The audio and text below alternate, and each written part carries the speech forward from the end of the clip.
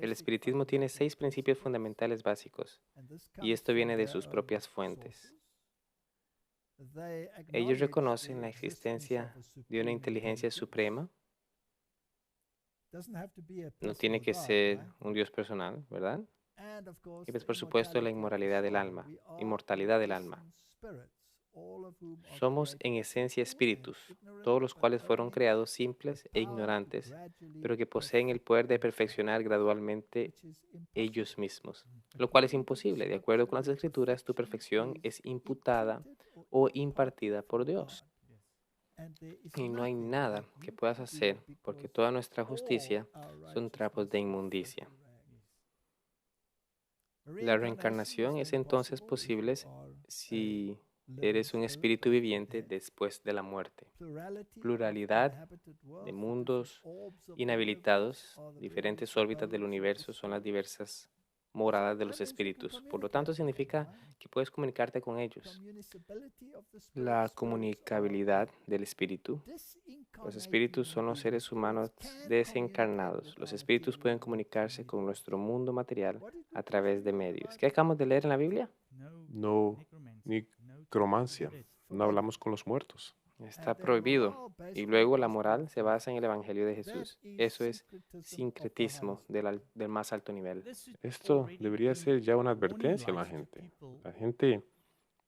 La gente puede pensar, nosotros no estamos haciendo exactamente como lo hacen los católicos.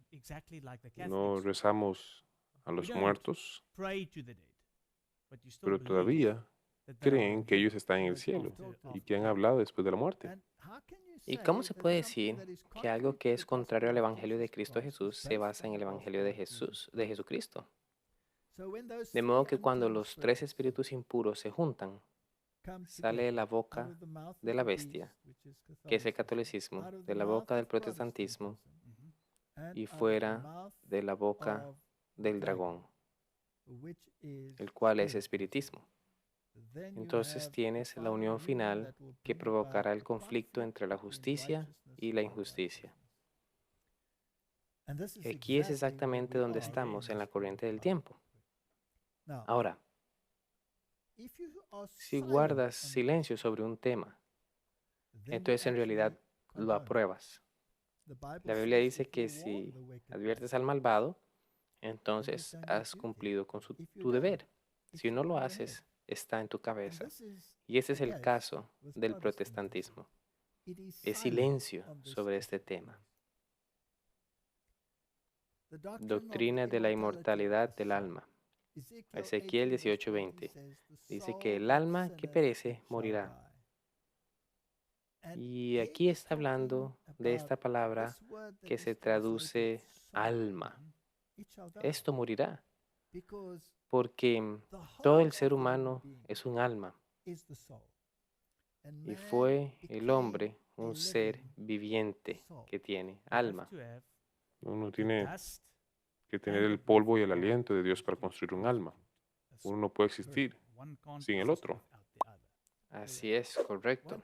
1 Timoteo 1:17 dice, ahora al Rey eterno, inmortal e invisible, el único Dios sabio, sea honor y gloria por los siglos de los siglos.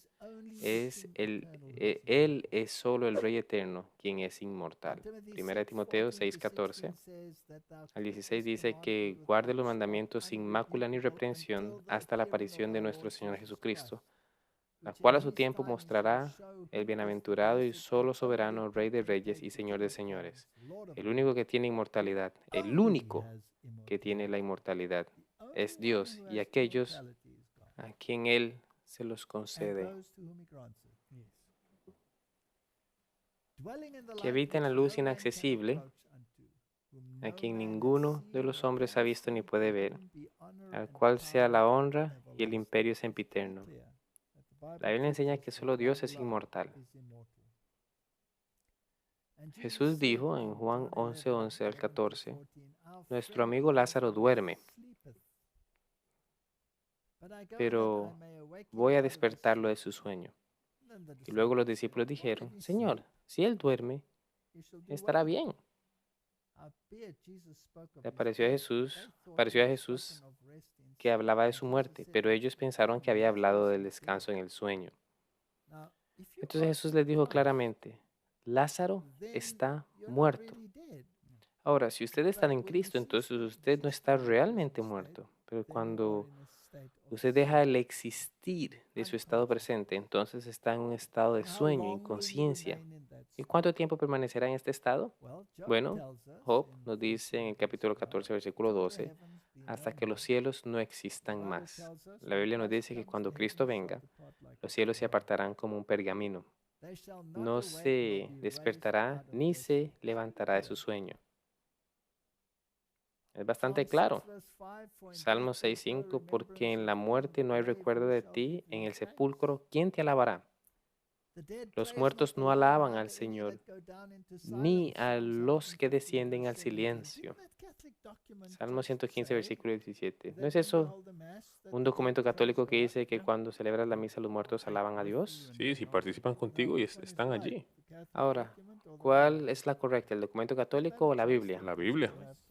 Bueno, no es una lección que la gente, es una lección que la gente tendrá que tomar. Así que oxídate en paz, es lo que parece ser lo que la Biblia menciona. Lo hemos discutido muchas veces, pero solo para asegurarnos de que lo entendemos en su totalidad. Fue el diablo quien dijo que serás como dioses y serás inmortal. Génesis 3, 4 dice, y la serpiente le dijo a la mujer, no moriréis, seréis como Dios. Entonces la Biblia es muy clara. La inmortalidad está condicionada a la obediencia a Dios. Ahora, la Iglesia Católica lo sabe muy bien. En el oficio del Catecismo, artículo 1, 366, la Iglesia enseña que cada alma espiritual es inmortal. No perece cuando se separa del cuerpo al morir.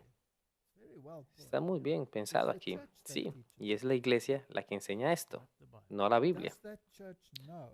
¿Sabe esta Iglesia que la Biblia enseña algo diferente? Esa es la pregunta. Aquí está la Nueva Enciclopedia Católica y dice que el alma en el Antiguo Testamento no significa una parte del hombre, sino el hombre en su totalidad. ¿Ellos saben? Como un ser vivo, de manera similar, en el Nuevo Testamento significa vida humana. La vida de un objeto consciente individual.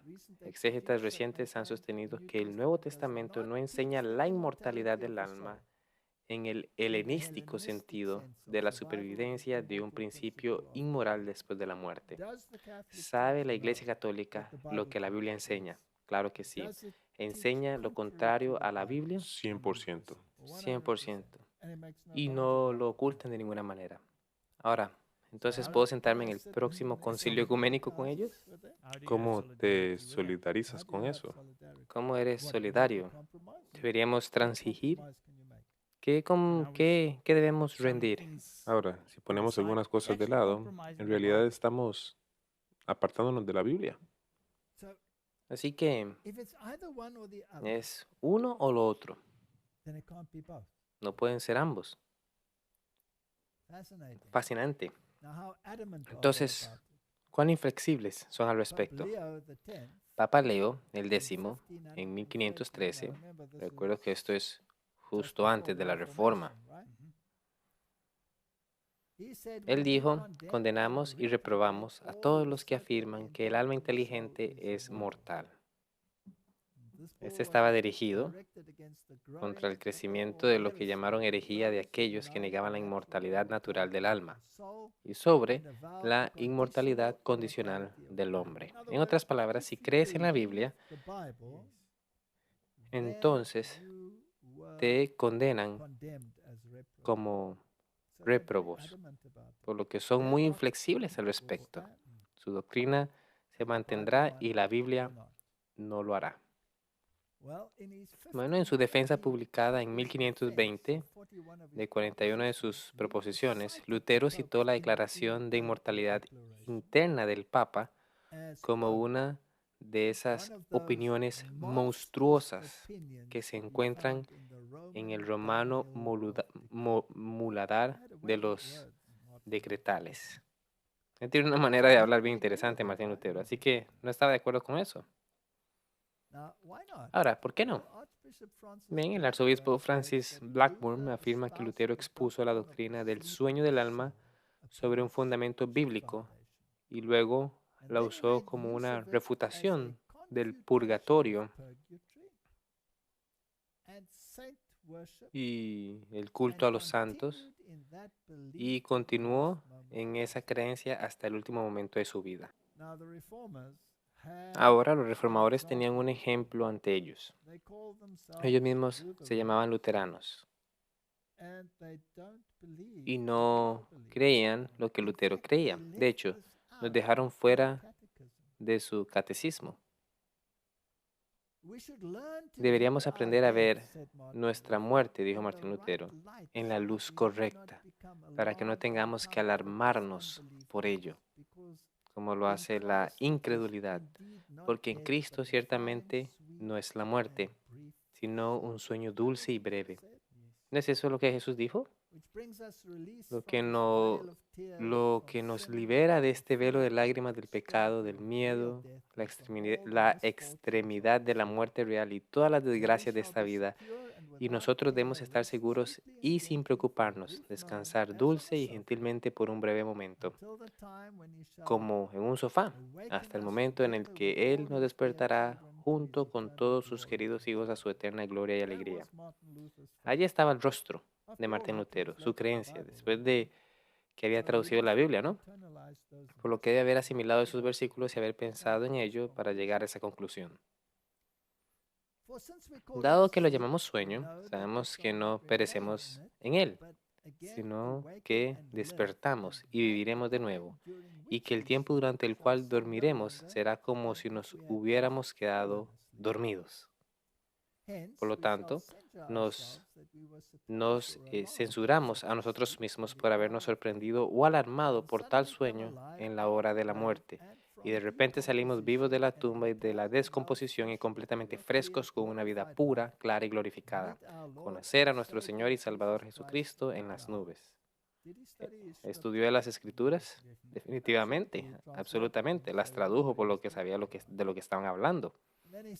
Luego él dice, la Escritura en todas partes permite tal consolación, que habla de la muerte de los santos, como si durmieron y se reunieron con sus padres, que habían vencido a la muerte a través de esta fe, y se habían consolado en Cristo, y esperaron la resurrección, junto con los santos que los precedieron de la muerte.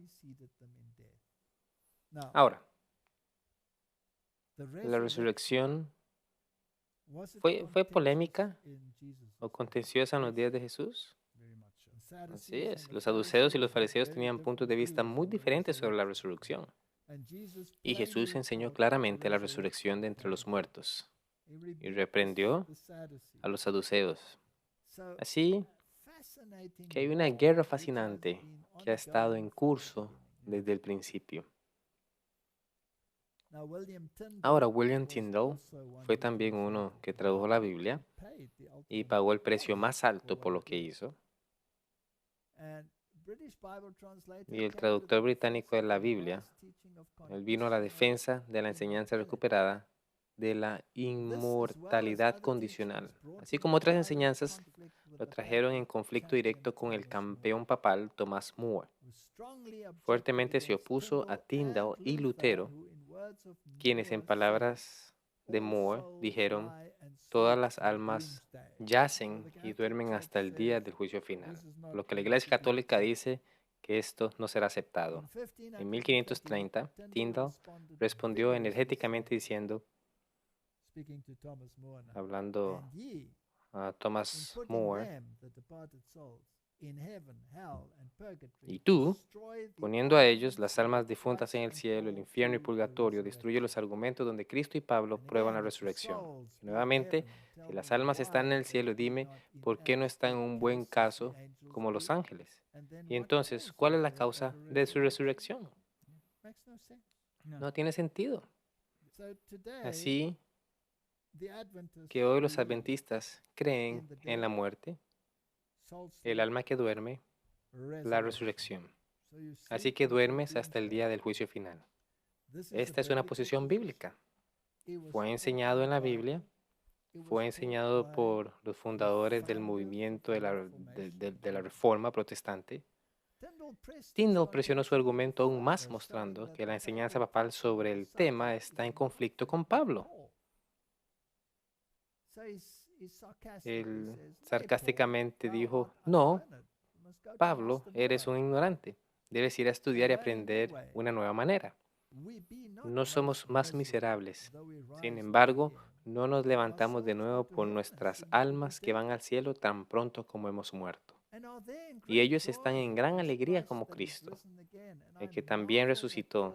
Y me maravilla que Pablo no había consolado a los tesalonicenses con esa doctrina. Si hubiera perdido, si hubieran sabido que las almas de los muertos resucitarían de nuevo.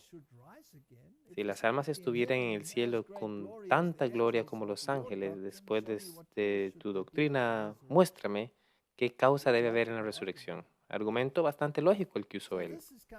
Así que esto está saliendo al primer plano nuevamente en el momento en el que estamos viviendo. Y el papado debiera, en este mismo día, en este mismo mes en el que estamos registrando este problema, traer esto a primer plano nuevamente y frotar bajo las narices de los protestantes sin una palabra de protesta.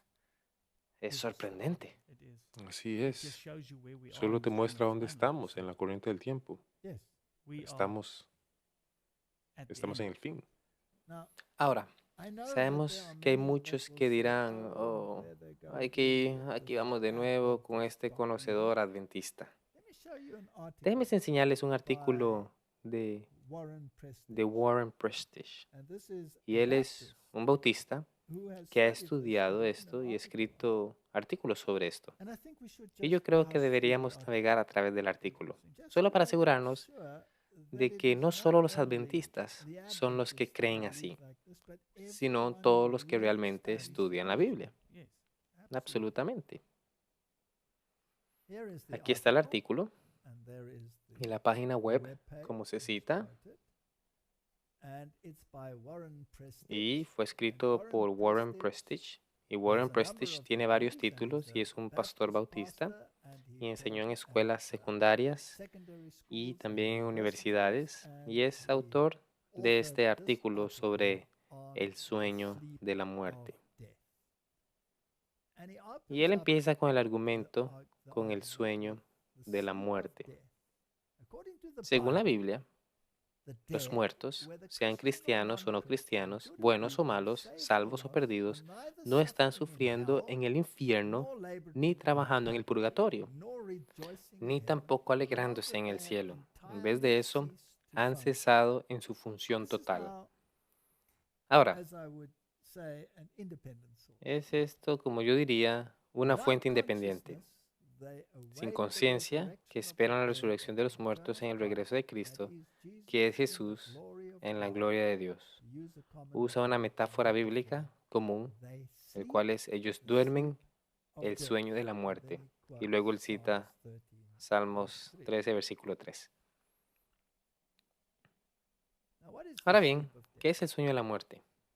En el Antiguo Testamento, morir se refiere con frecuencia como estar acostado en el sueño. Y se dice que los muertos están dormidos. 3 palabras hebreas diferentes se utilizan para este efecto. El primero de ellos, que es shakbak, probablemente no lo pronuncié correctamente. Pero bueno, sin embargo, luego da los ejemplos de Deuteronomio 31, 1, Deuteronomio 1, Primera Reyes 2, y dice que David durmió con sus antepasados y fue sepultado. Y luego dice, compare Hechos 13, 33, 36 y más de 30 incidentes similares. Segundo, Yashen, ejemplo Job 3, versículo 13, Salmos 13, versículo 3 y Daniel. Los muertos duermen en el polvo de la tierra. Y el tercero es Shená. Por ejemplo, Job 14, 12. Los muertos no se despertarán ni se despertará de su sueño. El sueño de la muerte afecta a todos los humanos de la misma manera. Allí los malvados dejan de tener problemas y allí los cansados descansan. Es un sueño perpetuo. No se insinúa ningún sueño, sino que la metáfora significa total inactividad, inconsciencia y, en efecto, inexistencia. Es lo que la Biblia enseña. Ahora, no vamos a leer el artículo completo, ya que cita muchos versos y hemos mirado algunos de ellos ya. Por ahora mentiré que la palabra hebrea que está allí, shahab, sueño en la tierra, y tú, Dios, me buscarás, pero yo no estaré. Habla de la historia de la bruja de Endor, de la pitonisa de Endor, como un verso problema en este tema, pero de nuevo Dios prohibió el hablar a los medios y nigromantes, y él nunca vio a Samuel.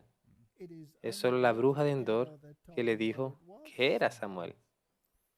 Así que no tenemos que ser atrapados por ese versículo en particular. Habla la palabra mostrar. Dijo entonces, ¿qué hay con esta palabra que ya hemos encontrado un par de veces? La palabra hebrea alma aparece unas 65 veces en el Antiguo Testamento con una referencia al lugar o estado de los muertos. El equivalente del Nuevo Testamento es más difícil y usa como ejemplo Hechos capítulo 2 y versículo 24-28, aunque a menudo se traduce erróneamente. Nunca se describe ni una sola vez en el Antiguo Testamento como un lugar o estado de sufrimiento. De hecho, de los malvados se puede decir que en paz baja al Seol.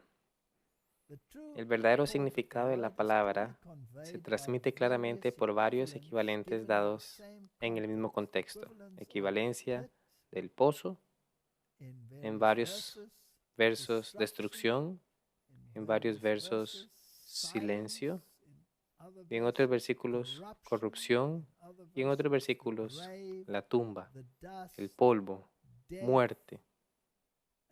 Y a eso es lo que se refiere. Nunca a un lugar. Él dice que él les explica que Seol es en el polvo y probablemente se entiende mejor genéricamente como la tumba. Al hablar sobre los versículos de estar dormidos en Cristo, y hay muchos en la Biblia mencionados, así que no vamos a pasar por ellos. Queremos llegar a la esencia del asunto aquí. Y son diversas tradiciones cristianas. Así que él da un buen estudio bíblico que muestra que los muertos duermen. Y luego habla sobre estas diversas tradiciones cristianas. Y hace esta declaración. Ahora, él no es un adventista. Es escandaloso que a pesar de que la clara enseñanza consistente, tanto del hebreo como del griego, la tradición cristiana ha mostrado gran confusión sobre el estado de la muerte. Hoy en día se reconoce ampliamente que esto se ha debido en gran parte a la influencia de las ideas griegas antiguas. Ahora, cuando vamos al libro de Apocalipsis, el cuerpo de las bestias marinas es leopardo, ¿correcto? Y eso significa que es Grecia. Entonces, el cuerpo, la estructura del pensamiento romano es filosofía griega. La ley natural, el estado de los muertos, podemos revisar la lista completa, está basado en la filosofía griega. Y una influencia ya fuerte en algunos círculos precristianos judíos. Paul Althus explica, los conceptos bíblicos originales han sido sustituidos por las ideas de los helenísticos, griegos, dualismo gnóstico. La idea del Nuevo Testamento de la resurrección, que afecta al hombre total, tiene que dar paso a la inmortalidad del alma. Los dos no son compatibles. No se puede tener una resurrección de los muertos y la inmortalidad al mismo tiempo, lo que hace que la resurrección sea irrelevante. por lo que tuvo que dar paso a esta doctrina de la inmortalidad del alma. El último día también pierde su significado. Las almas han recibido todo lo que es decisivamente importante durante mucho tiempo. Si mueres y vas al cielo, tienes tu recompensa. ¿Por qué querrías ser resucitado? No tiene ningún sentido. La atención escatológica, que es la esperanza cristiana, ya no se dirige al día de la venida de Jesús. La diferencia entre eso y la esperanza del Nuevo Testamento es muy grande. Luego cita aquí, durante la Edad Media, una elaborada doctrina cuádruple del estado de la muerte se desarrolló en el oeste de la Iglesia de los cristianos. Este esquema se refleja en un gran poema de Dante, la Divina Comedia, y se convirtió en norma para el catolicismo romano. En otras palabras, tienes este infierno donde vas al infierno de Dante, y este es el estado del mundo cristiano. Él también escribe que todos los reformadores protestantes del siglo XVI rechazaron la doctrina del purgatorio por 3 muy buenas razones. Primero, que no se encuentra en ninguna parte de la Biblia. Es contraria a la salvación fundamental solo por gracia. Pues bueno, obviamente, ¿no es así? ¿Puedes hacer buenas obras por los muertos?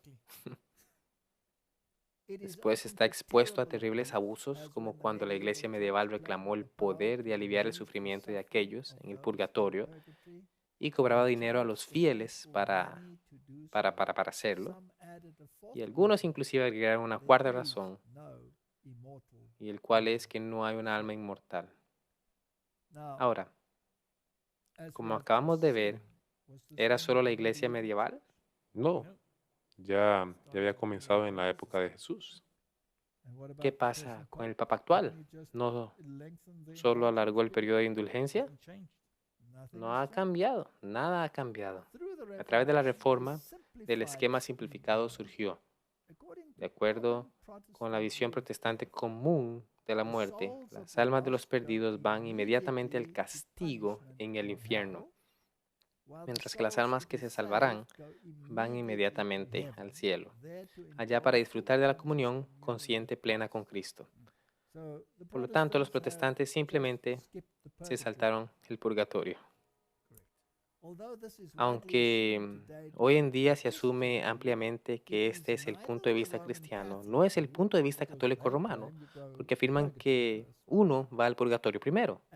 Como hemos visto, ni el punto de vista de la Iglesia Ortodoxa no ha sido ampliamente sostenido por los cristianos hasta hace relativamente poco tiempo. Entonces, cuando la gente dice que los adventistas siempre son contrarios a todos los demás, aquí hay alguien que está estudiando el tema y llegando a la conclusión de que la única forma de resolver este problema es atenerse a las Escrituras. No es arrogancia, es simplemente obedecer la palabra de Dios. De hecho, él escribe que la idea de que las almas ascienden inmediatamente al cielo al morir es de origen gnóstico griego, no bíblico o cristiano.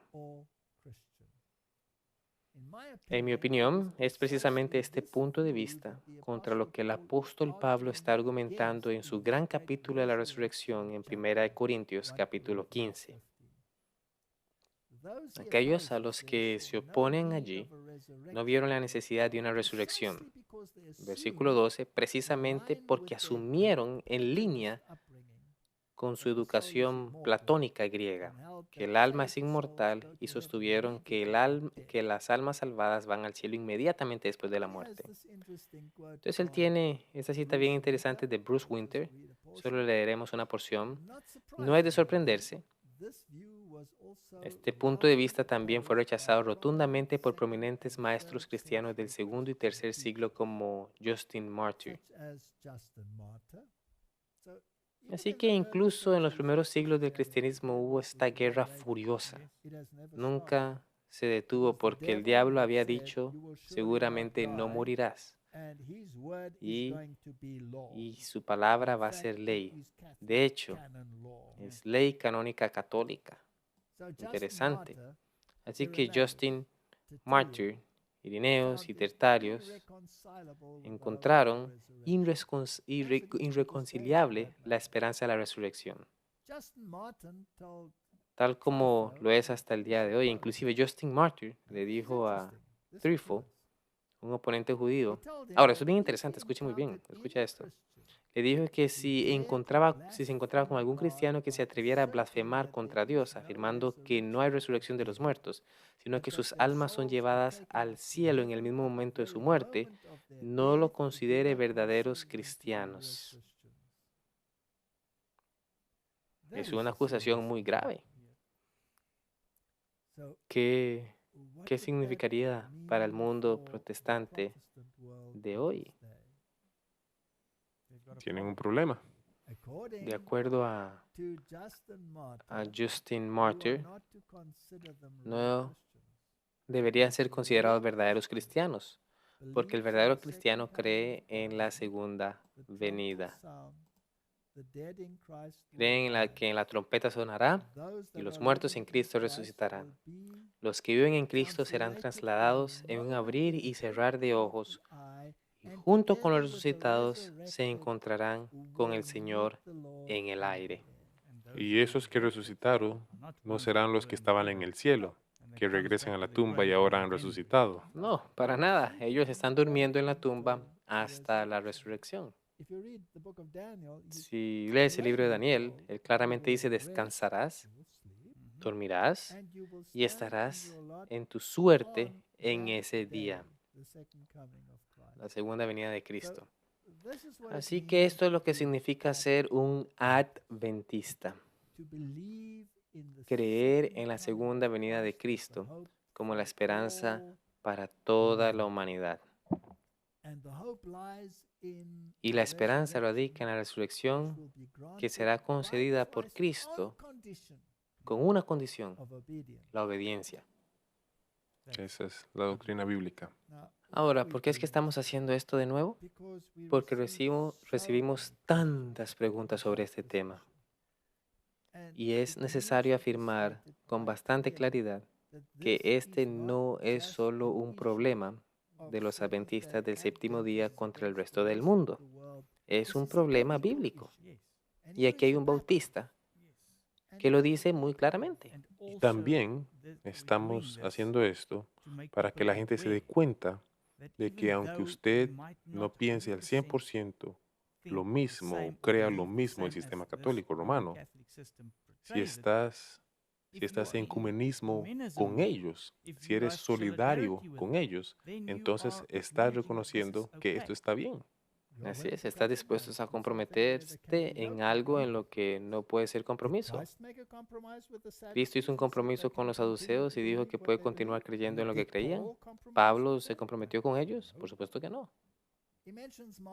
Aquí menciona que Martín Lutero dice acerca de él que está registrado de haber negado rotundamente que el alma es inmortal. Lutero generalmente entiende la condición entre la muerte y la resurrección como un sueño profundo y sin sueños, sin la conciencia y la sensación. Lutero, por tanto, no dice nada sobre las almas sin sus cuerpos disfrutando de la verdadera vida y bendición antes de la resurrección. Ellos duermen en la paz de Cristo. Así que este estudio me pareció muy interesante. Se afirma aquí que un buen número de cristianos que se unen a la doctrina modificada del purgatorio como un medio no solo para purificar a los que ya fueron salvados, sino también para llevar a toda la humanidad, tal vez, a una eventual salvación. Si crees en la doctrina de la segunda oportunidad, entonces básicamente crees en una forma de purgatorio. Así es. Y también, como esa parte que dice, su salvación eventualmente para toda la humanidad, porque, como hemos leído, incluso si no lo estás viviendo a la altura de lo que deberías tener, haber vivido y podrías estar perdido, alguien ora y alguien puede orar por ti y ser salvo. Bueno, eso es no es una doctrina católica exactamente. Su doctrina establece que si mueres en un estado de gracia, lo que significa que te confesaste o recibiste la absolución. Luego vas al purgatorio. Y si mueres en un estado de pecado moral, según ellos, evitas el purgatorio, vas directamente al infierno. Así es. Así que la indulgencia es la que te saca del purgatorio. Entonces, estás allí donde estás quemando tus pecados, pero todavía eres salvo. Bueno, no en realidad no es un perdón de los pecados, es una renuncia de la pena del pecado. Pero la Biblia nos dice que Cristo llevó la pena en mi nombre. Es una negación de la expiación de Cristo.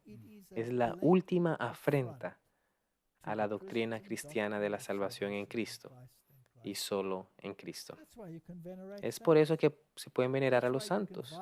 Por eso se puede violar todos los mandamientos de Dios y salirte con la tuya. Porque la base misma de la doctrina cristiana ha sido negada. Así que él afirma la idea de la salvación universal, y esta idea se discutirá en el capítulo 6 y 9 de este libro en particular, ya que para que el purgatorio en cualquier forma simplemente no hay garantía bíblica para tal doctrina. No tenemos evidencia de que Jesús o los apóstoles alguna vez enseñaron la doctrina, e incluso en una forma de semilla débil. No hay nada en las Escrituras. También es digno de mención que el Dr. Harris observó correctamente la resurrección y el juicio como que están inseparablemente asociadas.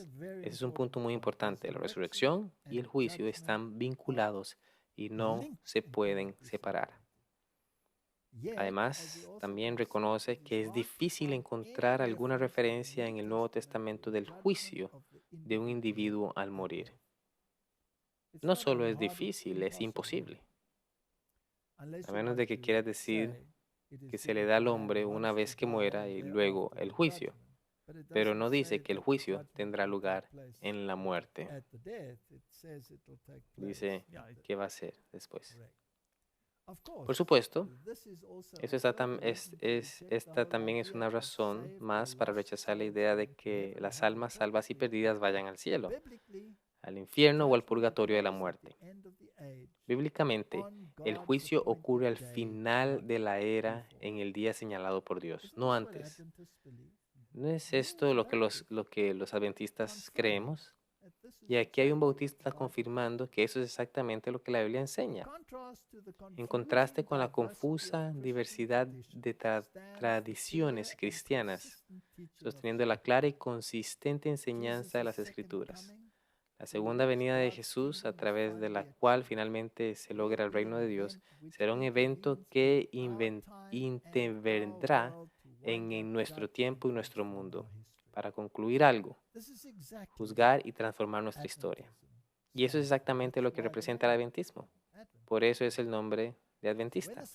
Así que cuando el Hijo del Hombre venga en gloria, las naciones se reunirán delante de él, y él separará a las personas unas de otras como un pastor separa las ovejas de las cabras. La creación misma será librada de su esclavitud a la descomposición y obtendrá la libertad de la gloria de los hijos de Dios.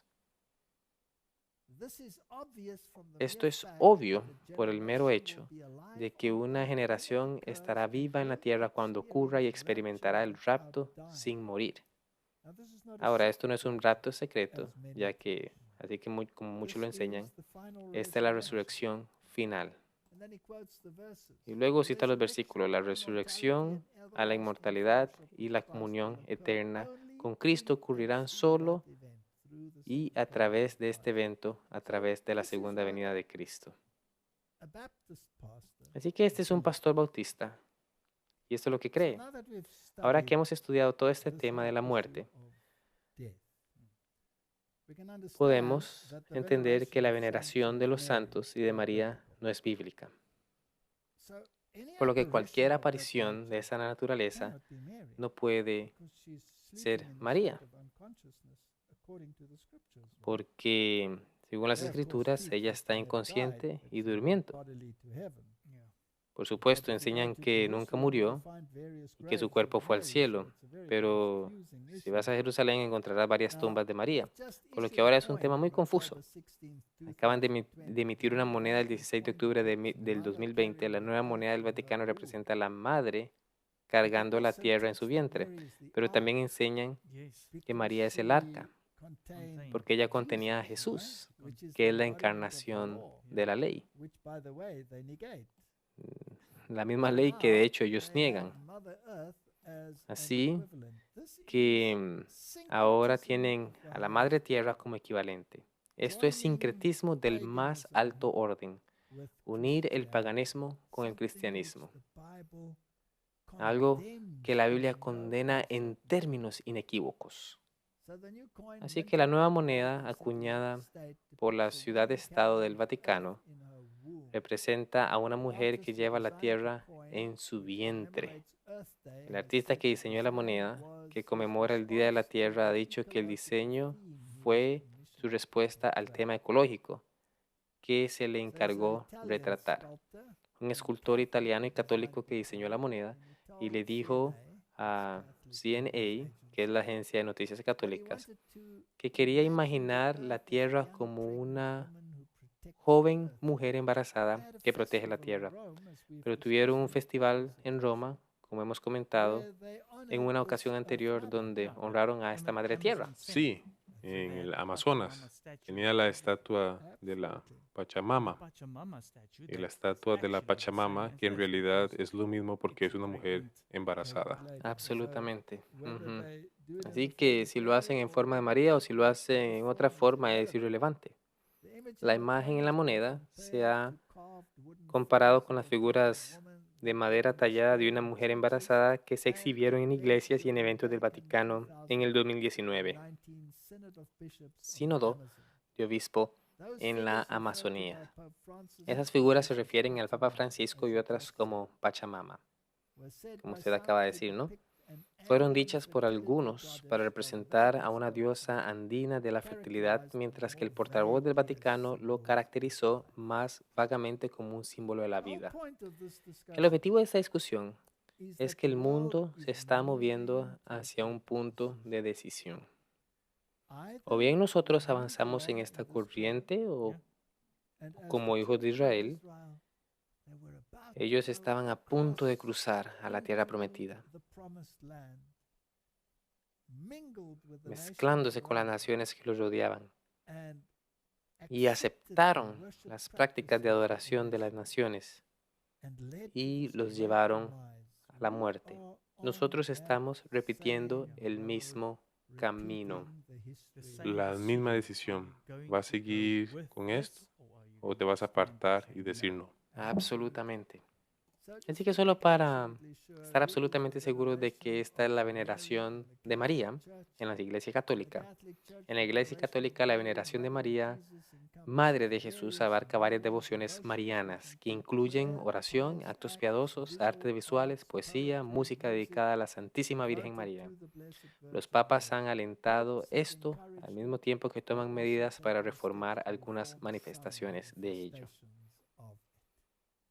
Todos los últimos papas han sido mariólogos muy fermentados en esto. Así que en conclusión, la cuestión es que estamos en el momento de la decisión. ¿Vamos a seguir la corriente y seguir los dictados de Roma y aceptar que son parte de la comunidad cristiana? ¿O vamos a salir y estar separados? ¿Cuál es la directiva bíblica? Aléjate y sepárate, y no toquéis lo inmundo, y yo os recibiré, dice el Señor. Estamos viviendo en tiempos problemáticos, y Dios tendrá que darnos la sabiduría para discutir en el próximo tema de la solidaridad, una palabra que está siendo usada una y otra vez por el papado y inclusive la publicación protestante. Así que a la luz de lo que acabamos de discutir, queremos hacer la pregunta: ¿es este tipo de solidaridad incluso posible, dadas las directivas de las Escrituras? Que Dios nos dé sabiduría. Oremos. Padre Celestial, El mundo está tan confuso. Las viejas líneas de batalla todavía existen hasta el día de hoy. Y las mismas confrontaciones que han plagado al pueblo de Dios a través de las edades, ahora están volviendo en primer plano. Y el pueblo de Dios tendrá que tomar una decisión. Ayúdanos a tomar decisiones que estén en armonía con tu palabra. Es mi oración en el nombre de Jesús. Amén. Gracias por ver este video. Para suscribirte, haz clic aquí. Cuando aparezca la campana, haz clic de nuevo para obtener notificaciones. Para ver el siguiente video, haz clic aquí. Gracias.